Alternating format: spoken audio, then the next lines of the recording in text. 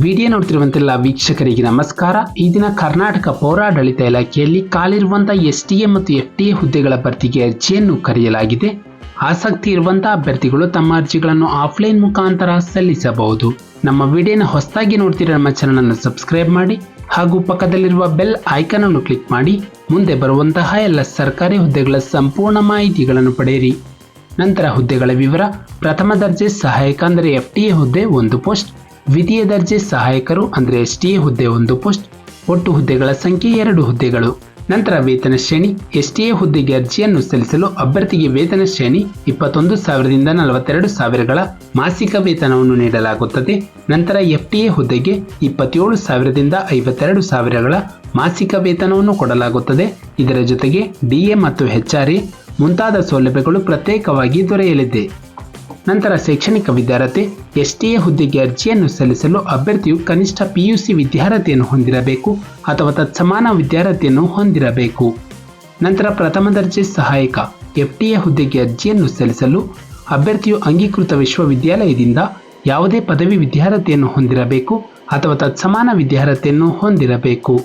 ನಂತರ ವಯೋಮಿತಿ: ಅಭ್ಯರ್ಥಿ ಕನಿಷ್ಠ 18 ವರ್ಷ ಪೂರೈಸಿರಬೇಕು ಮತ್ತು 40 ವರ್ಷ ಮೀರಿರಬಾರದು.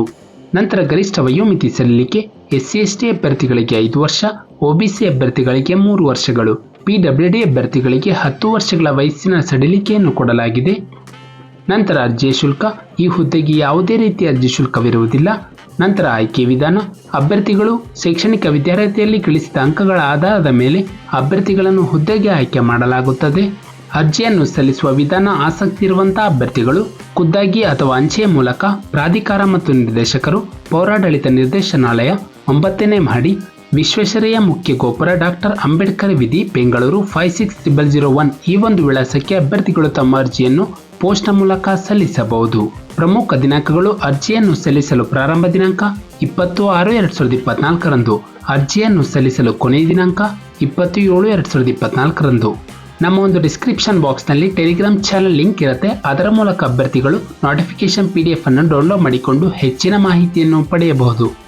ಹಾಗೆ ಅಪ್ಲಿಕೇಶನ್ ಫಾರ್ಮ್ಯಾಟ್ ಕೂಡ ಇರುತ್ತೆ. ಅದನ್ನು ಪ್ರಿಂಟ್ಔಟ್ ತೆಗೆದುಕೊಂಡು ಅದನ್ನು ಭರ್ತಿ ಮಾಡಿ ಕೇಳಿರುವಂತಹ ಎಲ್ಲ ದಾಖಲೆಗಳನ್ನು ಅಟ್ಯಾಚ್ ಮಾಡಿ ಅಭ್ಯರ್ಥಿಗಳು ಪೋಸ್ಟ್ನ ಮೂಲಕ ಅಥವಾ ಖುದ್ದಾಗಿ ಸಲ್ಲಿಸಬಹುದು.